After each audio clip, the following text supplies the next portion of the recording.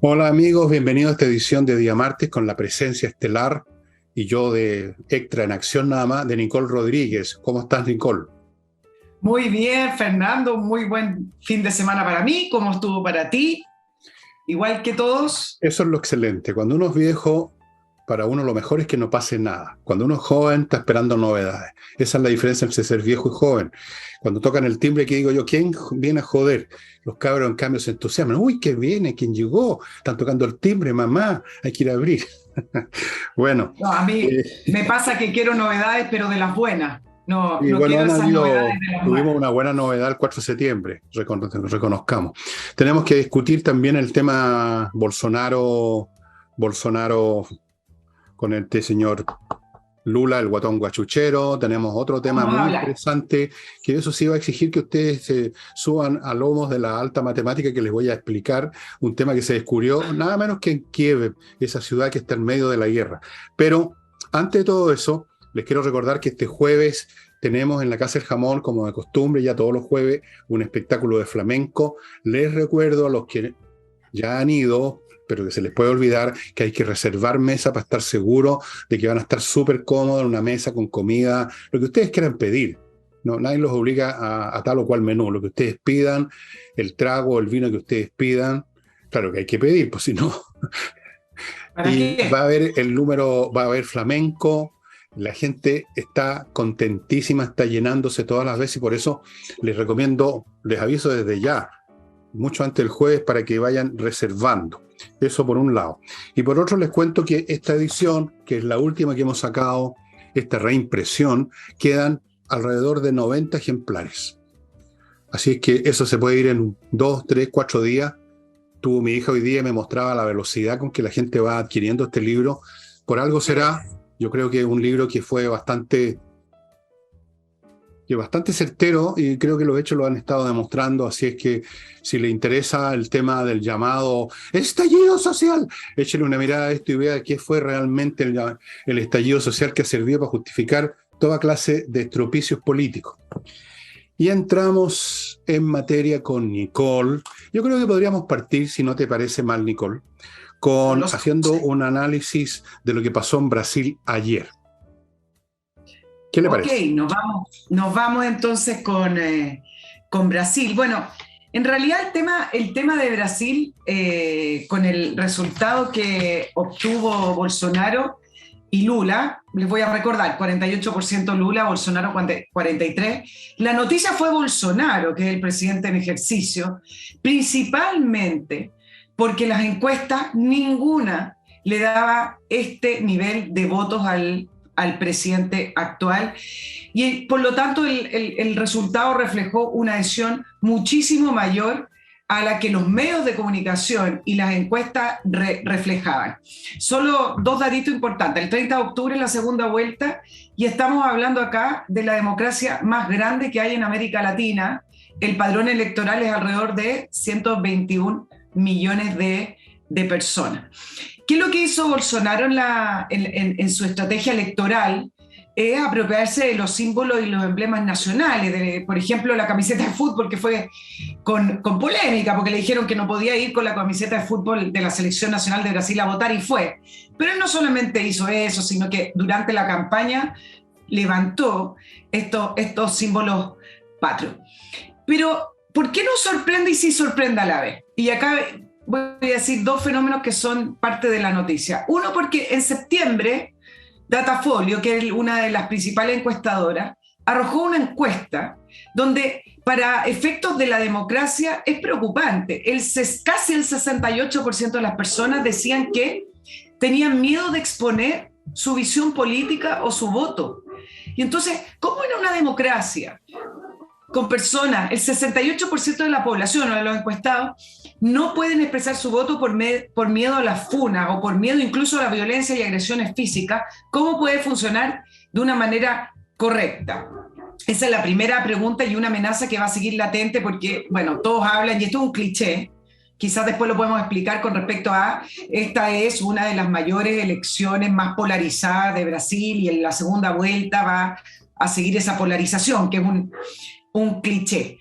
Según lo que yo pude averiguar con algunas algunos contactos que tengo en medio de comunicación internamente, que efectivamente en estos fenómenos la campaña se ve muy polarizada, el voto representa cierta división, pero las personas están buscando un voto práctico, un voto utilitario, un voto que no tiene que ver tanto con la ideología.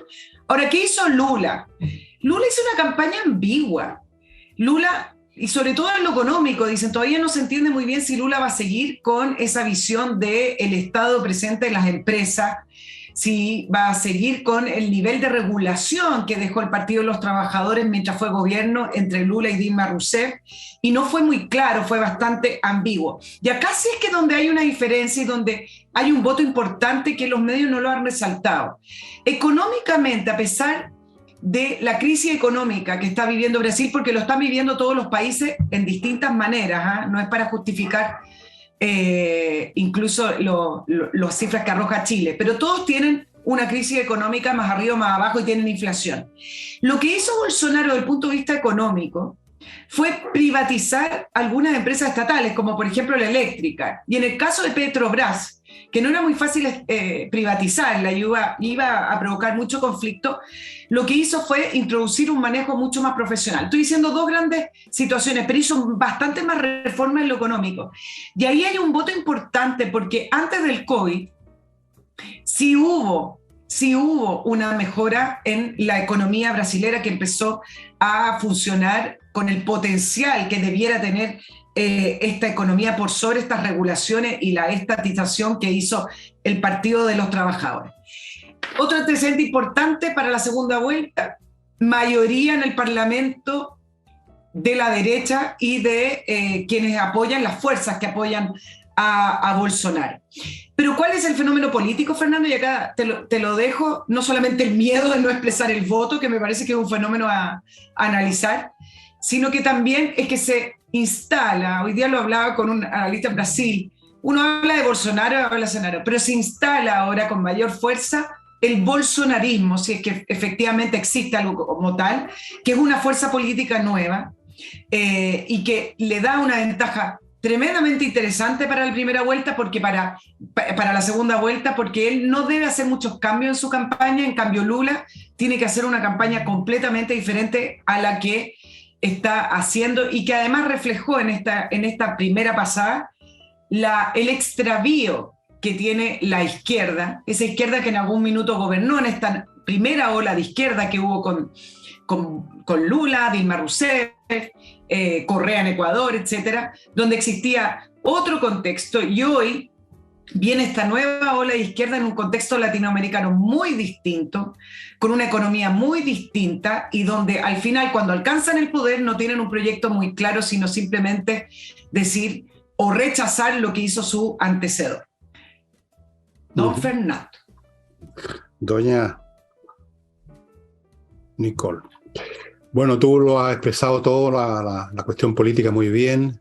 Efectivamente, un gobierno va a ganar Lula claramente porque, salvo que haya otra situación, porque tiene una diferencia importante y la tercera persona que tiene 4 puntos, sacó 4% o algo así, creo, una señora que no sé qué representa, pero suponiendo que representara fuerzas de derecha, incluso si sumamos ese 4% completo, todavía no le alcanza a Bolsonaro. Así que probablemente Lula también va a recibir otros aportes, así que lo más probable es que el guatón cachuchero vuelva al poder en Brasil, pero con este congreso de la derecha. Y me voy a concentrar en dos cositas de las que tú dijiste. Una, de esta polarización, y solamente para hacer la reflexión, amigos, de que la democracia, uno de los prerequisitos de la democracia es que no haya polarización. La democracia supone que la gente en un estado de ánimo más o menos consensuado acepta el que gana y todo el proceso es llevado a cabo dentro de los márgenes de la civilidad, digamos, de cierta conformidad y aceptación mutua a las partes. Ese es el prerequisito de la democracia. Pero ese prerequisito a su vez supone otro prerequisito. Supone que la sociedad no está tan dividida, o si está dividida, algunas de las partes que más lejos están unas de otras, por ejemplo, las élites con los de abajo, no han llegado al extremo de que eso se manifieste en el ámbito político. O sea, los de abajo, por así decirlo, para ponerme en un caso extremo, aceptan su condición sin mayores alardes. Un poco como ha ocurrido en nuestra sociedad hace 100 años atrás, cuando el campesinado simplemente aceptaba que estaban ahí y se acababa la cuestión. La política era un juego de las élites.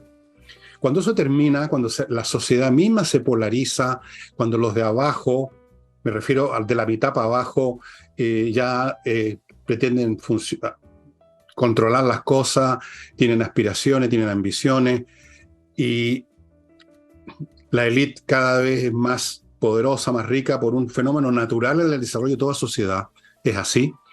Entonces, esa polarización social de base se manifiesta en el plano psicológico, político, y finalmente pasa esto de que la gente, como lo hemos vivido acá en Chile también, ya no acepta el triunfo del otro tranquilamente. ¿Tú te acuerdas? No, porque tú eres muy niña, pero yo me acuerdo de elecciones antiguas en que al otro día de la elección, el espectáculo típico y la noticia en la radio y la televisión era la gente que había perdido una apuesta y se iban a tirar a una pileta, y había ese ánimo un poco de carnaval. El que perdió, perdió, pero no pasaba gran cosa, nadie odiaba a nadie y la vida seguía su curso. Ahora es muy distinto en todas partes del mundo. Tuviste lo que pasó acá con el triunfo y el rechazo, cómo están enfurecidos los de la prueba y nos trataron a todos de pelotudo, literalmente. Así que lo que pasa en Brasil es lo que pasa en Chile, es lo que pasa en todos lados. Incluso en Estados Unidos, donde también había mucho consenso, y sin embargo ustedes vieron en el año 19 situaciones como nunca antes se habían vivido. Esa es la primera cosa. Y la segunda, lo que tú decías que es muy vago, Lula, que no está claro qué es lo que ofrece. Bueno, la izquierda, por razones también históricas, ya no puede ofrecer, solo puede expresar anhelo, expresar aspiraciones, expresar rabia, expresar resentimiento, pero no tiene nada que ofrecer, porque ¿qué podría ofrecer? ¿Qué modelo? ¿El socialismo? ¿El comunismo? ¿Qué? Pueden inventar nombres como el socialismo bolivariano o el madurismo o no sé qué otra cosa, pero al final eso no funciona. No funcionan esos modelos, y entonces se tienen que mover como aquí se está moviendo también en Chile claramente, en un ámbito, en un limbo ambiguo, que no es ni chicha ni limonada, con muchos impuestos, con muchas cargas sociales, eso sí, pero sin cambiar la raíz misma del sistema del modelo de propiedad privada, porque saben ya que lo otro no funciona. Punto. Entonces se quedan en eso, la aspiración. Si tú le preguntas a cualquier miembro del Frente Amplio, ¿cuál es? Dibújeme o escríbeme en una hoja, en una carilla, cuál es el modelo de Chile por el cual ustedes están luchando. Yo creo que a las 3 líneas se queda con el lápiz entre los dientes. Claro, ahora hay dos situaciones nuevas para Lula. Uno, que ya no cuenta con esa popularidad desbordante con la que contaba en su primera etapa como presidente y después fue reelecto. Si quiere ganar la segunda vuelta va a tener que hacer esfuerzos mayores. Antes bastaba con recorrer el país, levantar la mano, sentir que era parte del pueblo. Claro, ¿te acuerdas que a él le gustaba ir a almorzar a los sindicatos? Hacía todo un despliegue. Sí, claro. Yo soy usted de la galería. Bueno, ese Lula con ese nivel de popularidad ya no existe. Va a tener que hacer otro tipo de esfuerzo. Igual que acá. Los análisis dicen... Igual que acá. Exacto. Se repiten los fenómenos con las particularidades de cada país. Y dos, también es un frenazo a esa idea de esta izquierda mayoritaria en el continente, porque cuando uno ve las elecciones, se repite la pauta. Cuando uno ve la elección en Perú, por ejemplo, lo pegado que estuvo Fujimori de ganar en la segunda vuelta, y de lo que ocurrió también en Colombia.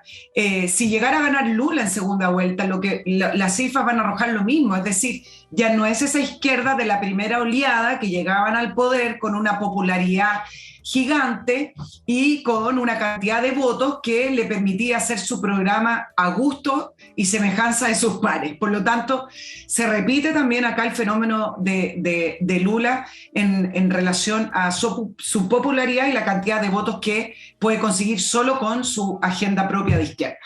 Claro, y la razón de eso es súper simple, ¿no? Que hay una historia. Las cosas van pasando y van dejando van dejando antecedentes. En el principio, aquí yo nunca olvido esta famosa frase que la he repetido acá antes, de Lincoln, que tú puedes engañar a alguna gente todo el tiempo, a toda la gente algún tiempo, pero no a toda la gente todo el tiempo. Haciendo una variante, uno puede esperanzar a la gente la primera vez, como hizo Lula, como hizo la primera vez Bachelet, como hizo en su campaña Boric, pero cuando se empieza a repetir el fenómeno de que estos gobiernos no entregan lo que prometen y se enredan además en corrupción y se enredan en vacilaciones y se enredan en torpezas como Boric lo está haciendo día por medio en Chile, con toda clase de eventos, algunos bastante feos como comenté ayer, evidentemente que el entusiasmo popular se empieza a desinflar y cada vez ya la promesa suena más a falso, suena a moneda falsa. Y eso le sucede a la izquierda porque es un hecho objetivo que no pueden entregar lo que prometen. Le pasó y le pasa a todos estos caballeros, y hoy en día más que nunca, porque hoy es más difícil engañar a toda la gente. Hay mucha más gente, en primer lugar, a la cual habría que engañar. Es más difícil. Sí. La gente está más conectada, etcétera. Antes tú llegabas como los patrones de fondo y le decías a los niños, ya niñito, hay que votar por Amunátegui, que es mi amigo. Y llegaban todos los peones, los guasos votaban por Amunátegui, y daban empanadas y unos vino tintos, pero ahora no podía hacer eso, no funciona. Entonces, resulta que ya no vota por Amunátegui, la gente vota, se engañan una vez, pero no se pueden engañar todas las veces. Y mira lo que pasó en Chile, si el rechazo con todas las diferencias tiene que ver con eso también. O sea, Boric y su gente no pudo mantener el entusiasmo del principio, cuando todos los chilenos votaron en un 80%, en su gran sabiduría, por ir a un nuevo proceso.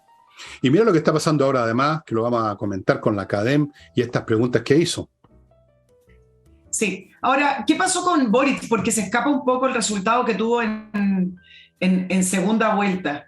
Lo que pasa es que para que tú tengas esos resultados ajustados, como tuvo Fujimori en Perú, como tuvo también la elección de Colombia, y me voy a adelantar un poco también a la elección de Brasil, falta todavía, hay que ver la campaña, pasan cosas en prácticamente 30 días, pero si llegara a ganar Lula, ahora, ojo que hoy día yo también leía algunas publicaciones en Brasil que no daban muy seguro como ganador a Lula, y principalmente por las fuerzas políticas que ganaron en el Parlamento, que podrían ayudar a que Bolsonaro consiguiera la reelección. Pero como sea, ya no es ese triunfo que hablamos de la izquierda, ese triunfo tan de mayoría que ellos llaman, y a todo esto, si llegara a ganar Bolsonaro, también desinfla esta proyección que se hizo de la izquierda radical en Latinoamérica, que las cuatro principales economías o los cuatro países más poblados de la región iban a estar en manos de la izquierda, como sería México, Colombia, Argentina y Brasil. Bolsonaro sería una especie de contrapeso a esta nueva oleada, hay que ver.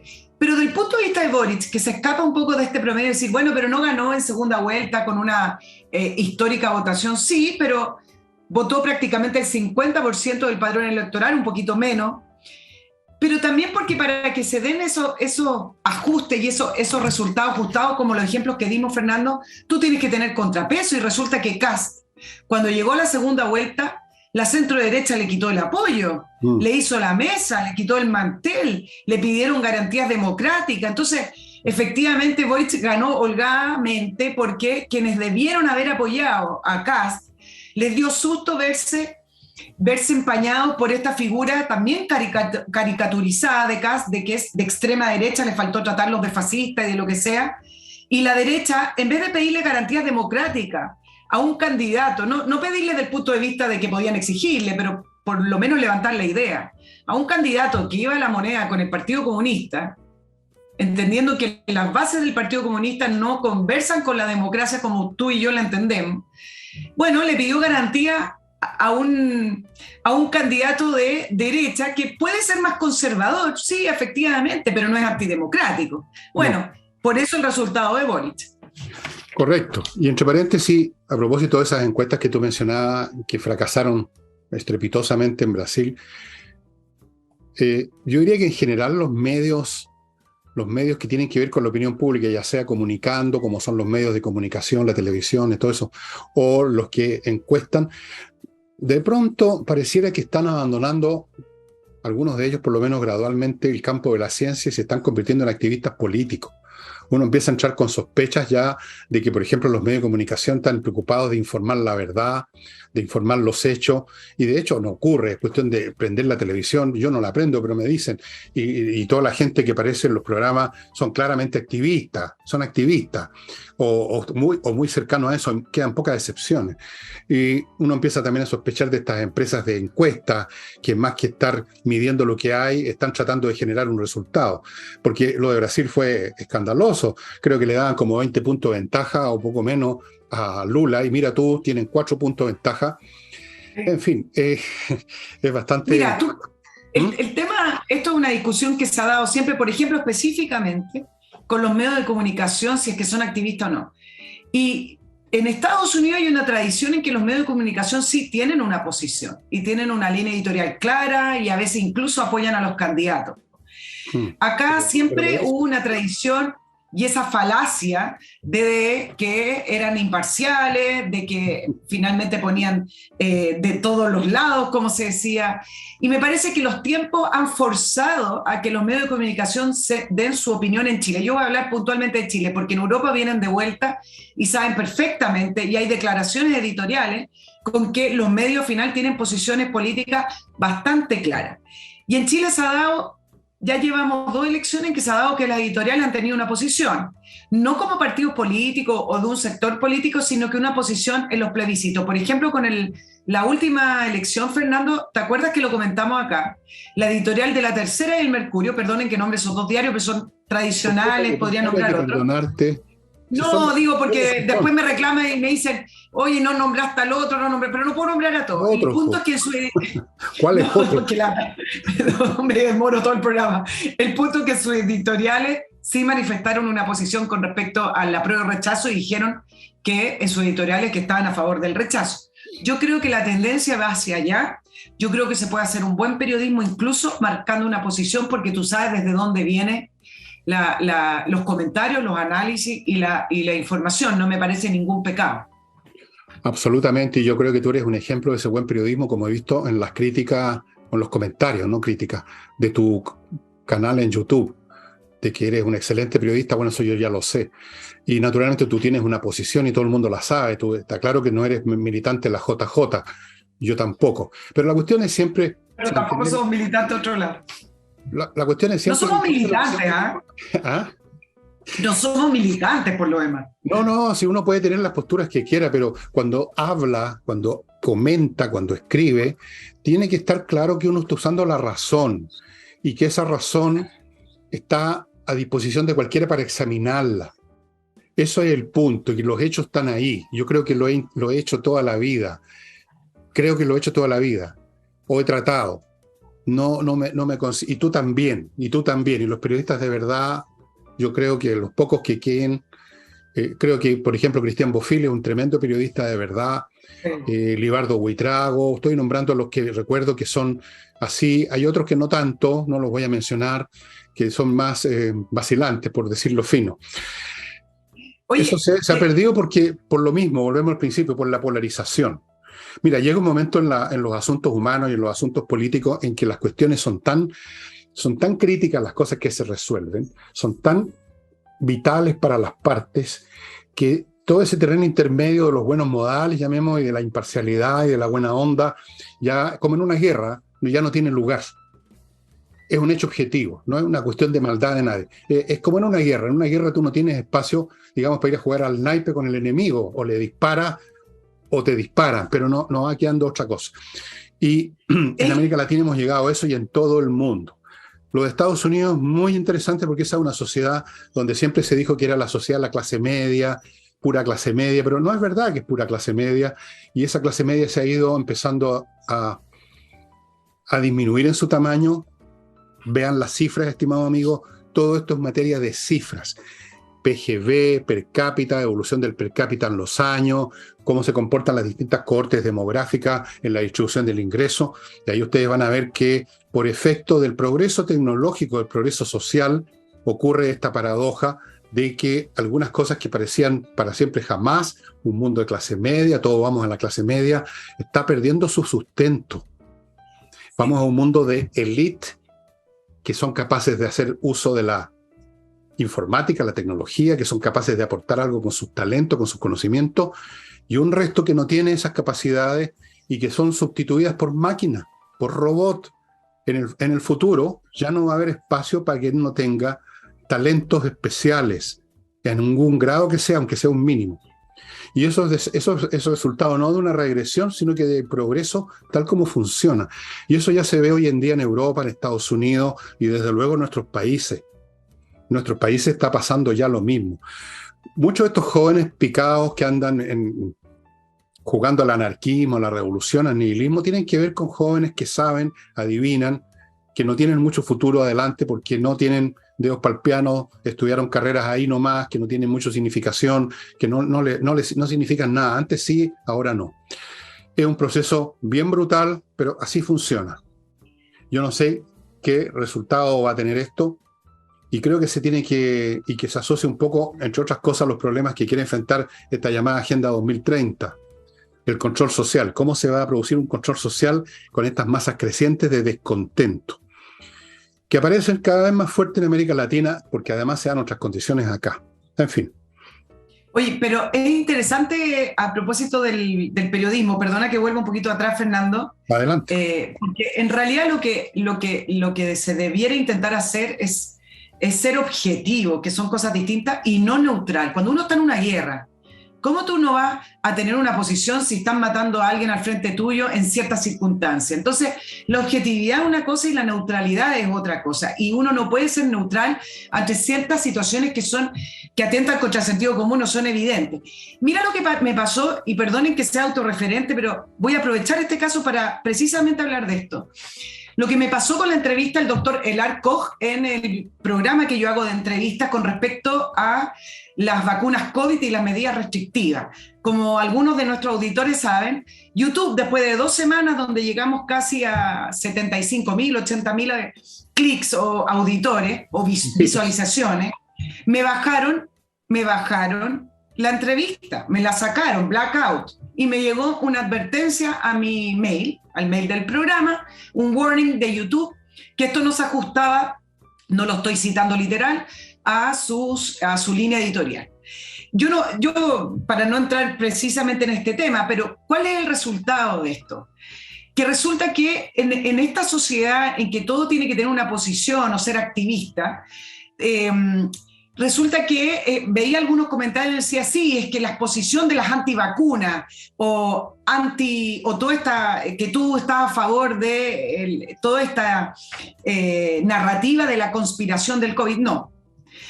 Poner a un doctor a entrevistar para que me dé una posición de un importante sector de la ciencia, un importante sector de la medicina, no solamente a nivel nacional, sino que mundial, que fue callado durante 2 años para poner en evidencia otra mirada con respecto a las vacunas COVID y las medidas restrictivas, no tiene nada que ver con que yo como periodista o el canal tenga una posición antivacunas en plural, general, como si uno estuviera en contra de todo, o anti todo lo que sea COVID, porque esto es simplemente una conspiración mundial. Esto tiene que ver con poner a un doctor que tiene otro tipo de mirada a través de otras evidencias. Y mira lo que pasa, que al final el debate mismo empieza a polarizar y te tienen que encasillar en un sector de ser, tú tienes que ser algo, no puedes ser simplemente una persona que intenta que se haga un debate científico abierto y transparente con respecto a algo que es bastante importante, que tiene que ver con nuestra vida durante 2 años y medio, en la cual estuvimos sujetos a decisiones políticas con el argumento de la ciencia para poder combatir o tratar de controlar la famosa epidemia. Entonces, mira lo que pasa con estas situaciones en las cuales te tienden a forzar a polarizarte, Fernando. Sí, bueno, yo pienso que entendieron mal, porque al final de cuentas, detrás de una disposición institucional hay unas personas de carne y hueso que hacen un juicio. Yo creo que se equivocaron, porque además este caballero, que es una eminencia en su campo, no estaba contra las vacunas, explicó cómo funcionan los distintos tipos de vacunas, hizo una explicación científica, pero yo espero que eso lo reflexionen de nuevo en YouTube, porque se equivocaron. Yo creo que se equivocaron completamente, está claro. Y ha pasado con otros youtubers también. Hay una serie de disposiciones, es así la cosa. Y yo creo que opera en estos casos, cuando se ocupan estos criterios, otra vez aquí emerge el fantasma de la nueva situación que está viviendo el mundo. Una situación tan complicada y donde están involucrados tantos miles de millones de personas y los problemas son de una dimensión tan planetaria, que el tema de lo que sea la verdad empieza a importar menos que el tema de cuáles sean los efectos. Entonces, no importa que tú digas una cosa, 2 más 2 son 4, que es cierto, sino que si acaso decir 4 pudiera producir un fenómeno social incontrolable, después pongo esto como ejemplo, entonces ya 2 más 2 no es 4, por una cuestión, como dijéramos, por causa mayor. Estamos viviendo muchas situaciones que podríamos llamar de causa mayor, que en distintos momentos atropellan la verdad y el sentido común, porque te dicen, mira, esto es como... la gente reacciona de cierta forma y lamentablemente el mencionar una palabra basta para que la gente tome actitudes o conductas que son antisociales o peligrosas, no van a pensar en todos los detalles del asunto, así que más vale no tocar ese punto. Eso es lo que está ocurriendo. Es la situación mundial en que vivimos. Vivimos en un mundo muy peligroso donde se han desatado fuerzas muy grandes y ya la cuestión de qué es lo que es la verdad, Cudes Veritas, como preguntó Pilato, ya importa menos que la cuestión cuáles son las consecuencias. Yo me acuerdo en una parte de una famosa novela de Koestler, que creo que se llama La Hora 25, donde el tema central ahí me parece que son los famosos juicios de Moscú de los años 30, en que el condenado, el que iba a ser finalmente ejecutado, conversa largas horas con su interrogador, y el interrogador le explica esta lógica de que no importa la verdad, sino que importa el efecto. El efecto. Si usted no tenía el propósito de, al decir tal cosa, de poner en mala posición a Stalin, no importa, porque va a producir ese efecto. Esa es la lógica que reina ahora. Y hay que asumirla, como hay que asumir el regatón y hay que asumir el rock pesado, supongo. Y ahora voy, estimados amigos, todo el tiempo que usted quiera, pero I'm sorry, dear. Vamos con mi primer sponsor de hoy, que es este líquido que mata virus, mata bacterias y que viene en estas nuevas presentaciones, Be-Lite. Esto ya les he mostrado, es ideal porque aparte que es el más efectivo para destruir bacterias y virus, es completamente inocuo para nosotros y me lo podría echar, miren, me lo voy a echar en la cara. No pasa nada, no pasa nada. Está hecho con un componente activo que es el mismo que tenemos en nuestro sistema celular. No nos pasa absolutamente nada, pero si yo tenía un virus, una bacteria aquí andando en mi cara, bailando flamenco en mi cara, ya murió. Es ideal, estimados amigos. Aquí tienen otra presentación, es la misma cosa, un vaporizador con varias posiciones para vaporizar, tirar un chorrito. Bueno, ustedes conocen estas maquinitas. Este es un producto ideal y tiene que formar parte ahora del stock habitual de una casa, así como tenemos cloro para lavar ropa y detergente, tener estos elementos contra virus, contra bacterias, porque a propósito de nuevas épocas, estamos viviendo una época en que las epidemias y las plagas van a multiplicarse más porque somos más. Esta es otra vez una situación derivada del aumento de la población y de todos los cambios que han habido en este mundo. Be-Lite. Se compra ahí en la dirección que ustedes están viendo. Continúo con actualizatureglamento.cl, el sitio donde hay un grupo de profesionales que está listo para actualizar su reglamento de condominio o edificio, ponerlo al día con la nueva ley, que no es una tarea banal, no es tarea fácil, hay que ponerla en manos de profesionales. Sigo con inviertanusa.cl, la empresa que se encarga de facilitarle totalmente la inversión en ese país, incluso ofreciéndole oportunidades de inversión que usted quizás no conozca. Tienen ellos un portafolio con 3.500 franquicias, otro portafolio con muchísimas opciones inmobiliarias en Estados Unidos. Le abren cuenta corriente en bancos norteamericanos, le consiguen crédito, lo asesoran para formar sociedades comerciales, incluso le pueden conseguir la viceresidencia, todo en inviertanusa.cl, una empresa chilena norteamericana, listo para llevarlo a Estados Unidos en brazos. Sigo con Ángel Hey, un corredor distinto a todos los demás, corredor inmobiliario me refiero. Un corredor inmobiliario que su personal se dedica de verdad a un pequeño paquete, cada uno de ellos, de propiedades. La corredora no está echada para atrás esperando que lleguen casa y departamento, si se juntan y ellos no mueven un dedo esperando que igual se va a vender alguna y vamos a agarrar comisión. Ellos salen realmente a hacer la pega y la hacen más rápido que los demás por lo mismo. Ángel Hey. Y termino este bloque con miclimo.com, la mejor climatización disponible en Chile para su casa, para su oficina. Se lo doy garantizado personalmente, amigos. Ya le he contado todas las veces la cantidad de ventajas que tiene. Silencio, funciona en verano, funciona en invierno, gasta muy poco, no hay humareda, no depende del gas. Perfecto. miclimo.com. 2 premios internacionales. Nicole, ¿qué quería usted decir? No, solo muy cortito para cerrar ese tema. Dile nomás. Vamos a llegar al otro tema. Para ir avanzando.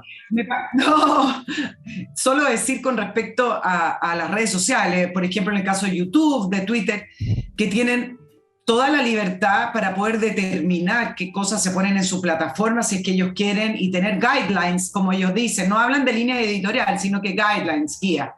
En eso también respaldaron el cancelar la cuenta de Trump.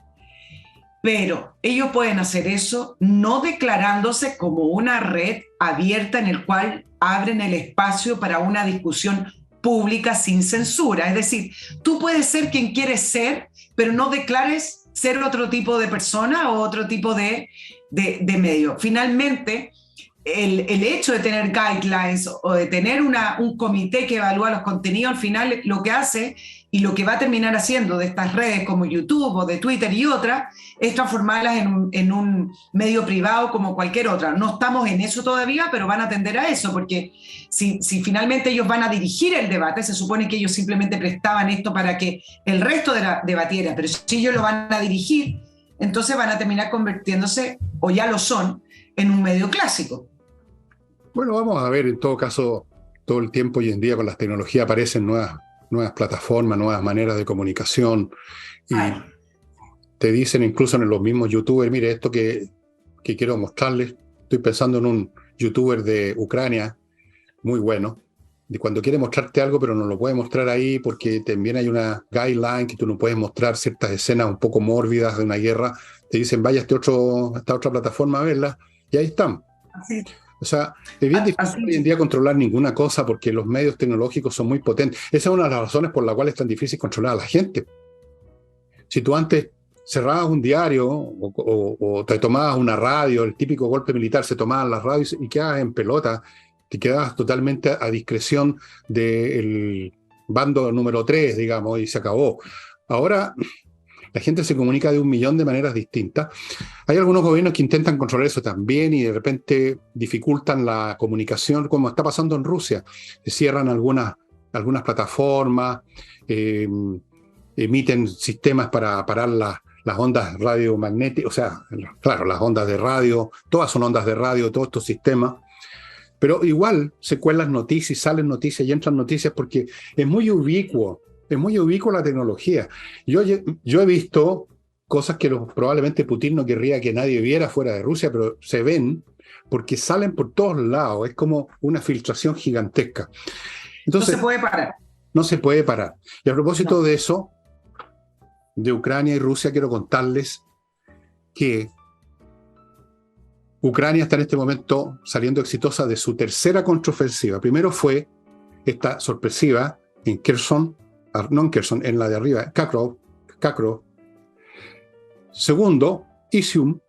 Estoy tratando de acordarme los nombres estos que están en el idioma ucraniano, que yo todavía no lo aprendo. Estoy en eso. Segunda ofensiva que también fue un desastre para los rusos. Y ahora hay una tercera que empezó ayer en la noche, en el sur del frente, que es un frente muy grande, hacia Kherson.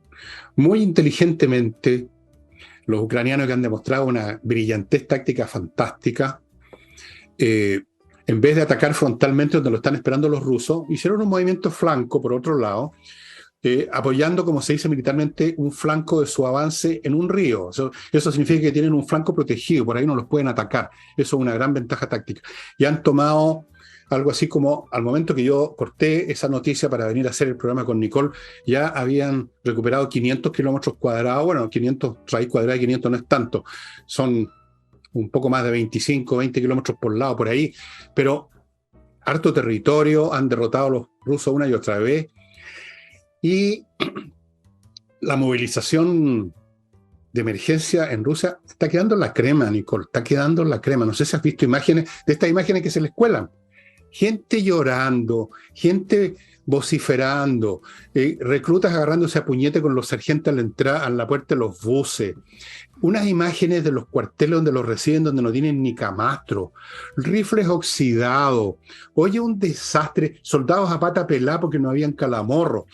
La última que descubrieron, se suponía que había en un determinado depósito, mira tú cómo es la corrupción, cómo destruye a un país en una guerra, que es como la prueba más dura para un país, es una guerra, ahí se prueba su solidez, ¿no? Se suponía que en un depósito había 1,5 millones de uniformes, y fueron a buscarlo y no había ni uno. Nunca se produjeron, la plata fue a dar a algunos bolsillos por ahí del alto mando militar ruso, que incluso han sorprendido a algunos vendiendo armas, Nicole. Entonces, la corrupción y la incompetencia los tienen por los suelos, y por eso lo único que le queda a Putin es una y otra vez amenazar con sus bombas atómicas, que si llega a disparar una bomba atómica, aunque sea de muestra, aunque sea, vamos a tirar una bomba atómica aquí donde no hay nadie, pero igual eso sería muy dañino en términos ambientales, etc.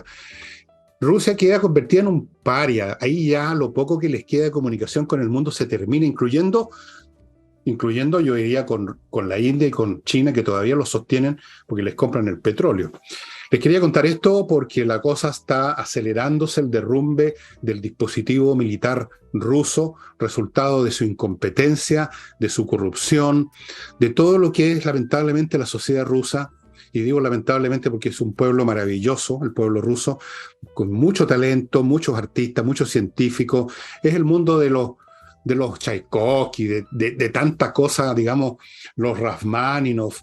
O sea, ha dado tanto Rusia al mundo, pero lamentablemente han estado siempre con este corset político. Si no es Putin, fueron los comunistas. Si no eran los comunistas, eran los zares. Si no eran los zares, eran los caballeros teutónicos. Siempre, siempre arrojado por un estamento político-militar tiránico. Una pena. Solo dos pequeñas cositas con respecto a la anexión de estas 4 regiones, que se calcula que es alrededor del 15 al 20% del territorio ucraniano, no es poco.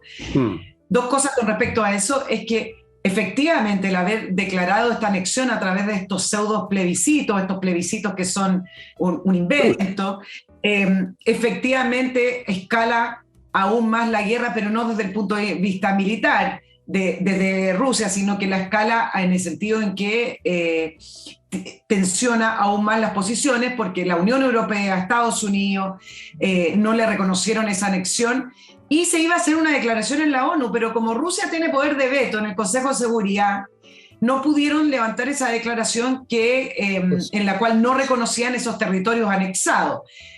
China e India, quienes también están en el Consejo de Seguridad, no votaron, es decir, se abstuvieron, no tuvieron un voto a favor ni en contra, pero efectivamente termina siendo una escalada. Pero por otro lado, el hecho de que Putin recurra a este sistema de estas elecciones truchas también demuestra su debilidad militar, en esta necesidad de demostrar que fue la gente, el pueblo de esa zona, que quieren anexarse a Rusia y no hacerlo como corresponde en una guerra, no sé si corresponde la palabra, sino que realmente ganarse esos territorios desde el punto de vista militar.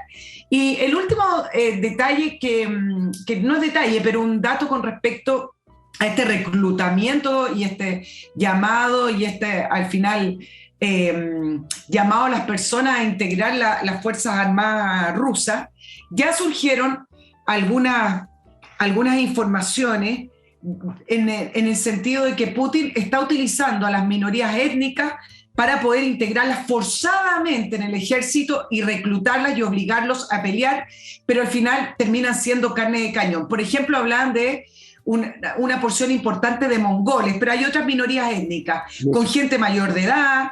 Entonces hay hoy también una idea de que se produzca una investigación de la ONU con respecto a estas minorías étnicas que Putin está utilizando para reforzar sus fuerzas armadas. Hoy día una intercepción de una conversación telefónica entre un soldado ruso y su señora. Hay muchas, ustedes las pueden buscar también. Claro, hay que entender lo que están diciendo. Y la señora le contaba al soldado que esto que dices tú, el reclutamiento, lo tratan de hacer además aparte de sobreusar estas minorías étnicas, en pueblos chicos, que tienen poco acceso al mundo. Sí. Y decía la señora que en cierto pueblo había sido como una racia, o sea, no es que abrieron una oficina de reclutamiento, sino que llegaron ahí y se habían llevado a la mitad del pueblo, poco menos, hombres, jóvenes, viejos, bueno, ellos, militarmente un hombre de 60 años, incluso un hombre de 50 años un poco viejo, no por una cuestión física, por una cuestión mental. No sé si ustedes saben, por ejemplo, que en las fuerzas aéreas de todo el mundo prefieren a la gente muy joven, porque son los que tienen, por así decirlo, la inconsciencia de volar cuestiones tan espantosas como un avión a retropropulsión a velocidades hipersónicas. Hay que ser joven para ir a la guerra, para obedecer órdenes, para enfrentar tantos peligros. La gente mayor, digamos, como que se van corriendo, ¿no? No son buenos soldados. No es un tema físico, un tema de que no, mejor no. Déjenme, yo pelo las papas y ustedes vayan a disparar. Un poco eso. Le pasó a Hitler con sus propios alemanes, a pesar de todo. Los viejos se corrían, pero grosso. Entonces, lo que tú estás diciendo, le está resultando para atrás el asunto. O sea, generó otro problema. Se generó otro problema Putin con esto del reclutamiento. Oye, ¿nos vamos a la actualidad nacional un poquito? Claro, por supuesto. Tenemos y tuvimos visitas ilustres, nos visitaron de España. Sí, muy ilustre. Estuvo muy ilustre, estuvo Pablo Iglesias, ex Podemos, en una charla en la Universidad de Chile, ya me voy a referir a ella, y Cayetana Álvarez, la diputada del Partido Popular. Pero voy a diferenciar las dos visitas. Uno viene a reforzar el discurso, a reforzar y darle ánimo, a hacer una arenga al proyecto político del gobierno del presidente Boric y del Frente Amplio, y la otra viene a decir lo que no se atreve a decir la centroderecha. Son situaciones muy distintas. Pero voy a hacer dos comentarios. A mí todavía me sorprende cómo acá no llama mucho la atención que vengan desde afuera, que vengan extranjeros, que vengan en este caso españoles a analizar nuestra situación política y que definan a nuestros ciudadanos chilenos y que puedan hacer interpretaciones de ese voto de rechazo de casi el 63% y de la prueba, así con descripción de lo que quieren los ciudadanos chilenos. Eso a mí todavía me sorprende cómo en Chile escuchamos a los extranjeros hablando de nuestras propias realidades. Dos, con el caso de Pablo Iglesias, uno puede simplemente ratificar que tienen el mismo discurso y la misma mirada Pablo Iglesias, el Frente Amplio y el presidente Boric. Habló de varias cosas Pablo Iglesias, pero lo que repitió fue decir que Chile sigue siendo un laboratorio para la izquierda. Algo que siempre se ha repetido, que uno dice, ¿cómo vamos a ser un laboratorio? Bueno, Pablo Iglesias lo vino a repetir acá diciendo que había mucha esperanza con el proyecto político que presentó la constituyente. Pero ¿en qué me quiero concentrar? El seminario de la Universidad de Chile, Fernando.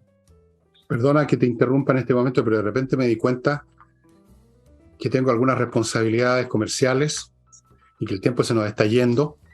Amados hermanos en Cristo, acuérdense que soy cristiano, aunque no crean nada.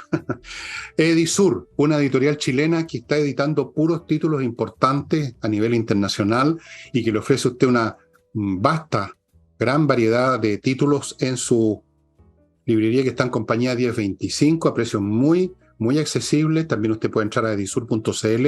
Yo le he mostrado muchas veces, y por eso que no lo hago de nuevo, montones de esos títulos. La próxima vez voy a sacar otros para mostrárselos, pero ahora solamente les digo, vayan a compañía 1025 si se andan dando una vuelta por el centro, o entren a edisur.cl. Sigo con los autos ahora, que le gustan a tanta gente, no sé por qué, pero hay una idolatría por los autos impresionante. Bueno, si usted es un idólatra de los autos y quiere tener su carrocería perfecta, AutoWolf.cl va a su casa y en un día se lo deja para que usted caiga de rodillas, de hinojos, a rezarle al auto. Se lo deja estupendo, lo hacen frente a sus ojos, por lo tanto, el trabajo es de gran calidad, garantizado por un año, y usted tiene el auto listo, en un día está ya listo para salir a cascar con él. AutoWolf.cl. Continúo con kmmillas.cl, donde usted simplemente va y vende sus millas acumuladas por sus vuelos antes que desaparezcan, como ocurre, y los convierte, si no los va a usar mañana o pasado, los convierte en dinero, en buen dinero. Créanme que no es poca plata. Money, money, money. kmmillas.cl.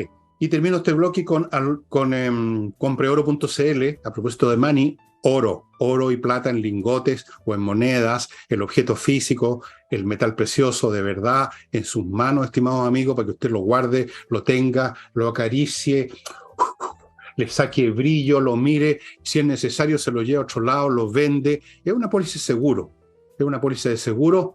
¿Y dónde se compra? Compreoro.cl o en su local en Alonso de Córdoba, 5870, oficina 213. Y si usted vive en Iquique, vaya a la zona franca y está con precio duty free. Y volvemos con Nicole. Sí, me voy a concentrar con el tema del seminario al que vino Pablo Iglesias después de otra entrevista. Tengo miedo, antes que entres a ese seminario, de ese personaje que yo encuentro un personaje tóxico, desagradable, exaltado, un insolente, de mucha hormona y poco seso, por lo que yo he podido leerle lo que ha escrito. Y antes de, como un pequeño paréntesis, la última encuesta de CADEM respecto al tema del plebiscito, quiero decirles una sola cosa, que ya el 51%, según esta encuesta del público, antes que los señores políticos continúen con sus tratativas y sus negociados, la gente quiere que les pregunten si quieren un nuevo proceso o no, pues. Y como los políticos hablan tanto de la democracia y del pueblo, bueno, pregúntenle, ¿quieren ustedes un nuevo proceso o no? No lo olviden. Eso. Y dale nomás ahora con Pablo si querés. Sí, pero te puedo complementar. A mí, cuando uno va viendo la tendencia con respecto a si quiere la gente una nueva convención o una nueva constitución, la gente en general tiene esta ambivalencia de decir que sí quieren una nueva constitución porque se instaló, pero la gente no quiere una nueva convención. Entonces estamos en un entuerto y estamos en un enredo que fue producido por nuestra clase política, porque cuando uno revisa las encuestas anteriores al 19 de octubre, nunca fue una prioridad cambiar la Constitución, pero ya estamos en esto. ¿Y en qué estamos finalmente? Mira cómo ha ido transitando la discusión, Fernando. Pasamos de los asesores, ahora son los expertos, ¿no es cierto? Y pasamos de los bordes, en esto estamos esto es lo que se está conversando, estamos en los bordes. Después pasamos a los principios y ahora lo van a llamar a las bases constitucionales y van a intentar entre las fuerzas políticas proponer un texto consensuado y en eso está la clase política en el Parlamento.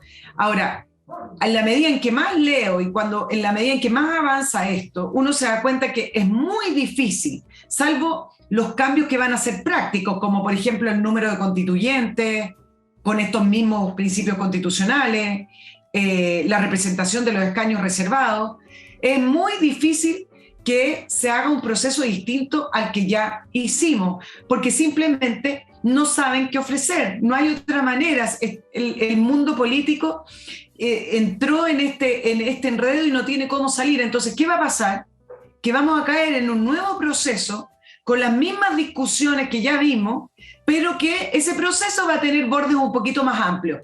Porque también les recuerdo que el antiguo proceso sí tenía bordes. Chile, Estado unitario, respeto a los tratados internacionales y respeto a las sentencias judiciales. Entonces, yo veo que de a poco, cada vez más personas, incluso en el mundo empresarial, que han estado bastante de la línea de cambiar la Constitución, cada vez uno ve más declaraciones en el sentido de que estamos perdiendo el tiempo. Chile está perdiendo el tiempo. Y eso es verdad, porque tenemos urgencia y se están creando nuevas urgencias. Sí. Y nadie las está atendiendo. El presidente Boric estaba en el desierto proclamando el desierto florido como patrimonio y santuario de la naturaleza, porque es una deuda histórica como si fuera lo más importante. ¿En serio? ¿Qué cosa más? Te juro. Citó un poema de... ¿Pero lo hizo con la boca o con otra parte de su cuerpo? Porque lo citó bien, los sonetos son un poquitito... Sí. No, lo hizo bonito, cariñoso y amable y romántico. Muy bien. Oye, no puede haber ningún consenso, pues. ¿Qué consenso va a haber cuando hay posturas tan distintas? Eso es imposible. Lo único que puede haber es cantinfleo. Lo que tú mencionaste, estos cambios de palabra. El asesor ahora es un experto. En vez de hablar de límites, los ciúticos inventaron esto de los bordes. El cantinfleo, pues que no, pues no, señor. Eso es cantinfleo. Y es un cantinfleo que deriva no de que estén enredados, en el sentido, a pesar de que se enredan fácil porque son de mediocre para abajo casi todos ellos, pero fuera de eso hay un cisma objetivo entre posturas que no se puede consensuar simplemente sentándose en una mesa. Si el consenso en el fondo es una palabra bien engañosa porque hace pensar a la gente que es algo a lo cual se llega simplemente sobre la base de la voluntad de las partes. No, no es así. Al consenso se llega si hay una base para el consenso. Habiendo una mesa, tú puedes acercar los vasos unos con otros. Si no, no. El consenso supone condiciones que en este momento no existen. Y con respecto a perder el tiempo, aquí otra vez se manifiesta el cisma y la polarización. Para nosotros perder el tiempo es no avanzar en lo económico. Para ellos perder el tiempo es no avanzar en la revolución. Tenemos distintas concepciones del vector temporal. Para ellos el tiempo es la revolución, acelerar o más rápido, más lento, para que la gente nos alcance. Ese es su vector de tiempo. El nuestro, que haya inversión, que haya producción, que se recuperen las pegas, eso es un vector que a ellos no les interesa. Ni siquiera puede haber consenso en el concepto de tiempo y espacio, diría yo. Nada. Somos mundos apartes, ellos y nosotros. Lo único que puede pasar entre ellos y nosotros es que dirimamos esta diferencia con los votos o de otra forma. Yo espero que con los votos. Pero tú ves que cuando se dirime con los votos, como pasó el 4 de septiembre, precisamente porque hay esta separación tan brutal, la parte que perdió no lo quiere aceptar de ninguna manera. Y hacen como que no existió ese voto y siguen en la misma, y a lo más ofrecen que van a ir más despacito. Claro, mira, ¿tú sabes cuál es uno de los principales nudos para que esta mesa política para poder sacar adelante el nuevo proceso constituyente avance?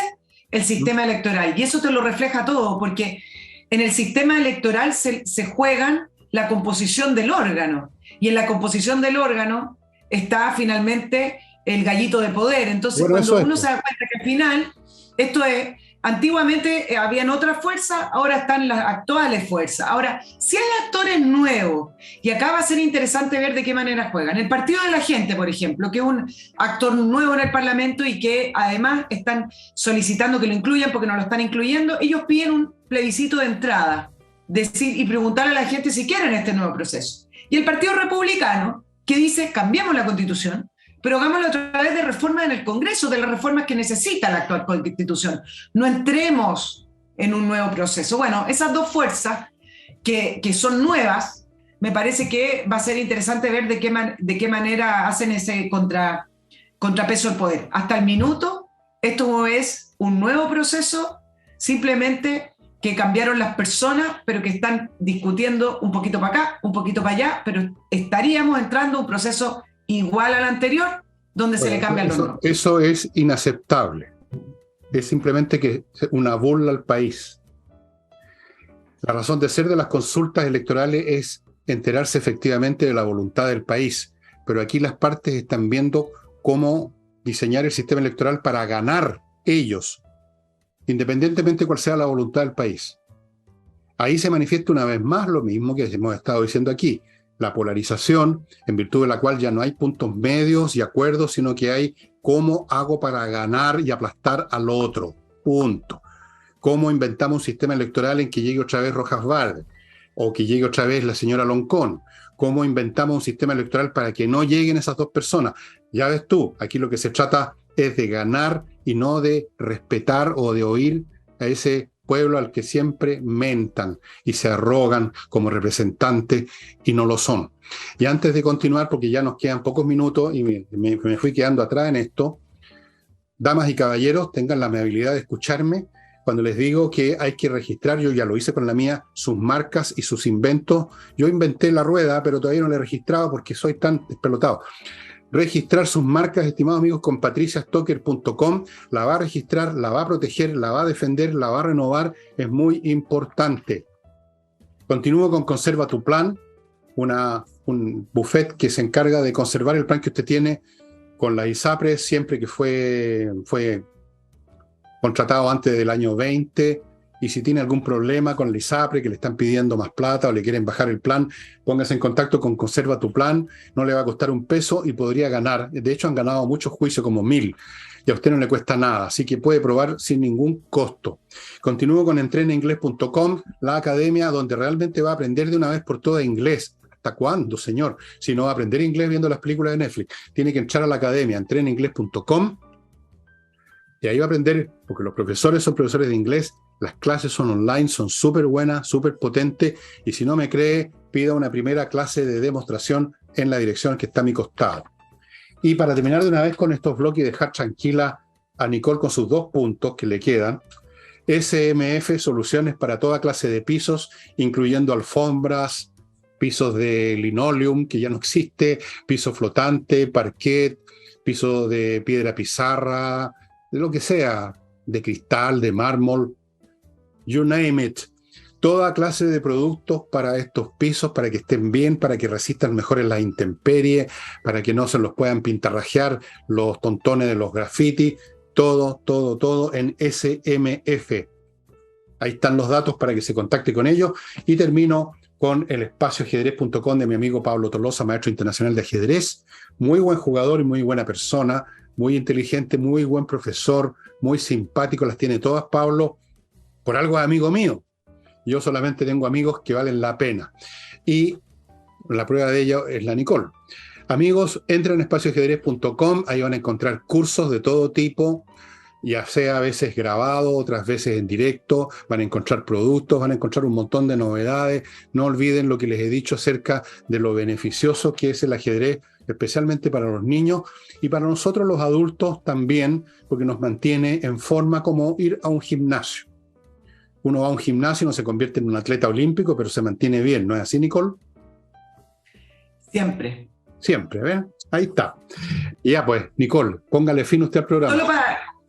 Sí, voy a terminar con este mismo tema para poder mirar un poco y examinar a Chile Vamos, porque tú hablabas de el resultado del 4 de septiembre, pero ¿qué y cómo lo interpreta Chile Vamos? Y acá me parece que uno podría proyectar que en Chile Vamos, acá hay 2 miradas. Uno, los que ven que ese casi 63% de votos, los 8 millones de votos, quieren cambiar la Constitución y que rechazaron el texto sabiendo que Chile Vamos se comprometía a iniciar un nuevo proceso o cambiar la Constitución. Y hay otro grupo que dice no, ese 63 o 62% votó por rechazar el texto que estaban proponiendo y que no quiere cambio. Estoy tratando de hacer a grandes rasgos la mirada. Y acá es donde Chile Vamos, algunos tiran línea y dicen quizá estamos en el inicio del fin de Chile Vamos como lo conocemos. Ojalá. Y esto producto de que como hay otras fuerzas políticas que se están gestando desde la centroizquierda, a lo mejor efectivamente esto va a terminar en una división de Chile Vamos, donde las fuerzas conservadoras se van a quedar en ese diagnóstico, en esa reflexión, en ese estudio de ese 62% del 4 de septiembre, diciendo acá la gente no quiere cambiar la Constitución, o más bien hagamos algunos cambios a través del Congreso con algunos proyectos de reforma. Y el otro sector de Chile Vamos, principalmente desde Renovación Nacional, hay un gran sector de la ULI que dice no, nosotros nos comprometimos a cambiarla y por eso también ayudamos a que ganara el rechazo. Y ese sector, en algunos visualizan que pueden haber fugas y que podría constituirse en el nuevo centro político, más bien una centroizquierda política en el país con nuevas alianzas. Vamos a ver, yo creo que Chile Vamos en todo caso ya no existe hace rato, están penando. Lo que uno ve son unos espectros dándose vuelta por ahí, no tienen una posición clara. Yo no creo que el futuro esté en una centro-izquierda. Veo más lejos, creo, es otra la cosa que está asomando cabeza en el horizonte. Otra cosa que por supuesto la izquierda va a llamar fascismo, pero no es fascismo, es otra cosa. Llamémosla nacionalismo si ustedes quieren, llamémosla un movimiento patriótico, llamémosla un movimiento tipo Trump, llámenlo populista de derecha, pero no va a ser de centro izquierda. O sea, el futuro no está ahí, eso está muerto. Yo creo que la centro izquierda no tiene futuro ninguno por esta polarización de base de la sociedad, que es un hecho que no lo van a cambiar los discursos de los políticos. Puedo estar equivocado, pero esa es mi visión en este minuto. Y cualquier cosa, en todo caso, que haga el llamado Chile Vamos, me producen tremendas sospechas. Creo que han mostrado a lo largo de todo este tiempo una falta de entereza ideológica, de valor, de falta de cojones, de ambigüedad, que la persona común y corriente con que uno conversa, la gente que siempre votó por alguno de ellos, de la UDI o la RN, los miran con desprecio a estas alturas. Y yo no sé si tú tienes la misma experiencia. En mi experiencia, que ya la gente de derecha los mira, pero realmente muy mal, pero muy mal. Ellos siguen ahí porque fueron elegidos, pero están muertos. O sea, un político que sigue ahí simplemente porque lo eligieron algún día, pero ya no tiene base para el futuro, o sea, un político que no tiene futuro, que está ahí por inercia, es un político muerto, y su política está muerta, por mucho que siga hablando.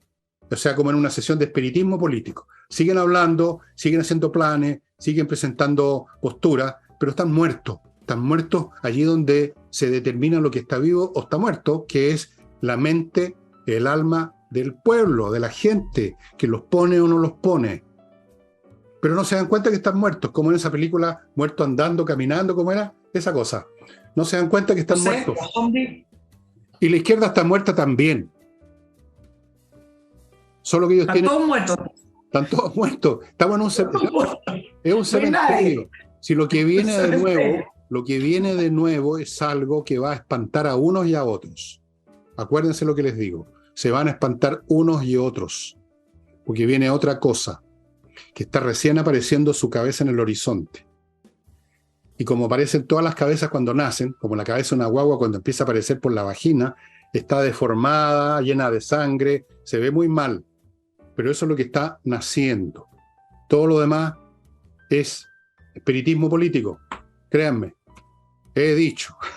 Y con eso, estimados amigos, termino esta sesión de espiritismo con Nicole y la verán de nuevo este jueves y me verán a mí mañana y todo el tiempo hasta que yo pare las patas, que no me falta tanto, pero en fin, mientras dure, el Villegas va a estar aquí con ustedes. No terminé lo de Cayetana ni de Pablo Iglesias, así que lo vamos a hacer para el próximo programa. Si quieres terminarlo, 3 minutos.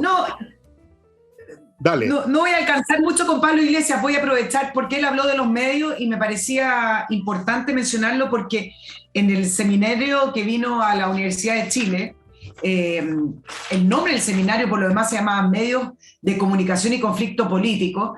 Él aprovechó de volver a levantar el relato con respecto al acoso mediático y a la fake news, incluso reforzó esta idea de que ganó el rechazo en el 4 de septiembre producto de la fake news y de esta conspiración de los medios de comunicación que son de la derecha tradicional y de la derecha conservadora chilena, lo vino a decir acá en el mismo medio, pero lo que me parece relevante es que él plantea que la izquierda debe comprender que tiene que tener un proyecto de ley para ayudar a producir una correlación mediática, así lo llaman, de fuerzas en el ecosistema mediático. Entonces él propone, y ¿por qué me parece relevante? Porque es muy similar a lo que el gobierno sigue trabajando con respecto a la ley de medios de la cual no ha renunciado. Iglesias dice que se debe de dividir este ecosistema, 1/3 en medios privados, 1/3 en medios estatales y 1/3 en medios comunitarios, ambos últimos con aportes estatales. Y da una serie da una serie de argumentos bueno, profundiza un poco más que yo, pero el punto es que no hay que olvidar que el gobierno sigue trabajando en su ley de medios, con esta excusa de la fake news y con respecto al control de la narrativa que ellos esperan, le da un argumento perfecto para poder al próximo año, porque este año entiendo que no es prioridad, sacar adelante esta ley de medios, que es la misma ley de medios con algunos cambios que tenía el ex candidato Jadwe. Bueno, si dijo todo eso, probó taxativamente que es un imbécil, que no ha abierto nunca un diario chileno para ver en qué realmente y en cuál fue el contenido de los diarios todos estos últimos años, que no tiene idea, y que por supuesto tiene un proyecto totalitario, porque esos 2/3 serían los 2/3, digamos, de la izquierda, y al otro tercio después lo convertirían en un cuarto, después en un quinto, y luego en nada, en un cero. Es un totalitario de poca inteligencia, un repetidor de viejos esquemas fracasados, y lamentablemente tiene de discípulo nada menos que el presidente de la República. Esa es la parte trágica. La única parte importante de Iglesias es que ha conseguido audiencia entre los poco inteligentes líderes de la izquierda latinoamericana. Bueno, por eso que lo tienen de asesor, lo han tenido, todos ellos. Se mueven en su propio mundo de tonterías, de anacronismo, de resentimiento. La derecha, con fake news. Oye, si vimos fake news en la época del 19 adelante, fueron las fake news que venían de la izquierda. ¿Te acuerdas de eso? De que andaban en helicópteros disparando en los techos. Ahí tiene fake news, señor Iglesias. Vuélvase a su país. Espero que se haya vuelto ya porque vamos a respirar mejor. En el país no lo escuchan mucho. A Cayetano la dejamos para el próximo jueves. El Cayetano, el próximo jueves, Nicole, nos va a presentar una exhaustiva y completa interpretación bíblica. Ya. Fíjate qué interesante, sí, porque ella, como te decía al principio y con esto termino, a diferencia de Iglesias, que viene a reforzar lo que dicen en el gobierno y en el oficialismo y en el Frente Amplio, Cayetana Álvarez viene a decir lo que la derecha no se atreve a decir, y lo dice bastante claro. Le levanta el proyecto político. Cuando tú dices esto, lo único y lo último que quiero decir ya es para empezar a asustarse que viene una exposición más o menos contundente. Bueno, no, hable todo lo que quiera. Estimados amigos, eso sería todo. Nos vemos el jueves otra vez con Nicole y mañana conmigo solo me tendrán que aguantar si quieren. Sería todo por hoy.